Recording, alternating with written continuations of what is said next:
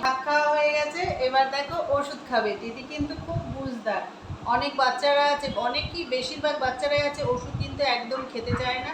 ও জানে যে আমি যদি ওষুধ না খাই তা আমি অসুস্থ হয়ে থাকবো, না খেলতে পারবো, না স্কুল যেতে পারবো, না কিছু করতে পারবো।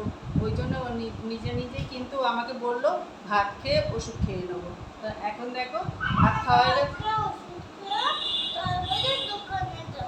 দেখেছো, একটার পর একটা ও কিন্তু মানে খুব ডিসিপ্লিনের মধ্যে চলে। আর আমি এটাই খুব পছন্দ করি, আর সেই জন্যই কিন্তু আমার সঙ্গে কারোর বনিবনা হয় না। চলো খেয়ে নিই। দেখো একদম কিন্তু বেশি করবে না, চট করে খেয়ে নেবে। দেখো কতক্ষণ লাগলো ওষুধটা খেতে, দেখেছো? এইরকম বাচ্চা তোমরা কিন্তু সারা বিশ্বে খুঁজে পাবে না আমার দিদির মতো।